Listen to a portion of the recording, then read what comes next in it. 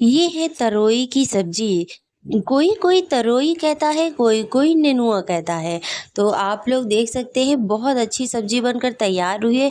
इस सब्जी को आप लोग पूड़ी से भी खा सकते हैं, रोटी से भी खा सकते हैं। चलिए तो इसको बनाना स्टार्ट करते हैं। तो सबसे पहले देखिए मैंने ये नेनुआ लिया है। इसको हमें अच्छे से छील के बारीक बारीक कट करके धुल कर रख लेना है। ये मेरा नेनुआ एकदम पतला पतला है, छोटा छोटा है, ज़्यादा बड़ा नहीं है। अगर ज़्यादा बड़ा आप लोग लेंगे तो उसमें जाली आ जाता है।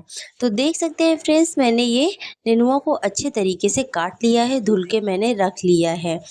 आप लोग तरोई भी कह सकते हैं, नेनुआ भी कह सकते हैं। तो देख सकते हैं मैंने इसको अच्छे तरीके से बारीक कट कर लिया है, एक ही साइज़ में धुल के इसको मैंने रख लिया है। उसके बाद मैंने देखिए प्लेट में लहसुन और मिर्च को अच्छे से बारीक कट कर कर रख लिया है, हमें तड़का देने के लिए इसको। अब इसके बाद हमने गैस पे चढ़ा दिया है कढ़ाई को। कढ़ाई गर्म हो गया है हमारा। अब इसमें हम रिफ़ाइन तेल डालेंगे। रिफ़ाइन तेल को डालने के बाद जब तेल गर्म हो जाए तब उसमें हम लहसुन और मिर्च को डाल देंगे अच्छे से। तेल को हमें चारों तरफ इसी तरीके से फैला लेना है, ये देख सकते हैं। अब इसके बाद हम इसमें लहसुन और मिर्च को डाल देंगे अच्छे से।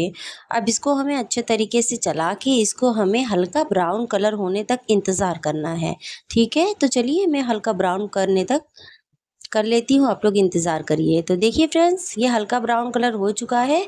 अब इसमें हम थोड़ी-सी हल्दी डालेंगे, बहुत लोग हल्दी नहीं डालते हैं। अगर आप लोगों को हल्दी नहीं पसंद है तो आप लोग हल्दी मत डालिए। मैंने थोड़ा-सा हल्दी डाला। अब इसके बाद इसमें हम नेनुआ को डाल देंगे। ये देख सकते हैं, इसको डालने के बाद हमें नमक अभी नहीं डालना है। अच्छे से चला के इसको ढक कर रख देना है, क्योंकि इसमें पानी बहुत निकलता है, ठीक है? तो मैंने अच्छे से इसको चला दिया है, मिला दिया है सारी चीज़ों को। अब इसको ढककर हमें पकने तक इंतज़ार करना है। तो देख सकते हैं इसमें कितना पानी हो गया है। मैंने पानी नहीं डाला है क्योंकि इसमें पानी अपने आप निकलता है। अब इस पानी को हमें अच्छे तरीके से सुखाना है, ठीक है? तो जब थोड़ा-सा पानी सूख जाए तब इसमें हम नमक डालेंगे फ्रेंड्स।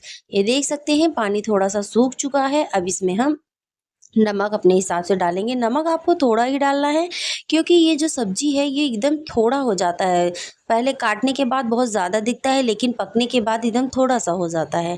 तो नमक आपको थोड़ा ऐसा ही डालना है, बाद में डालना है। तो मैंने नमक को डाल के अच्छे से चला लिया है। अब ढककर पकने तक इंतज़ार करना है। तो देख सकते हैं इसमें का जो पानी है पूरा सूख चुका है। अब पानी को सूखने के बाद ये सब्ज़ी हमारी बनकर तैयार हो चुकी है। आप इसको रोटी या पूड़ी से खा सकते हैं।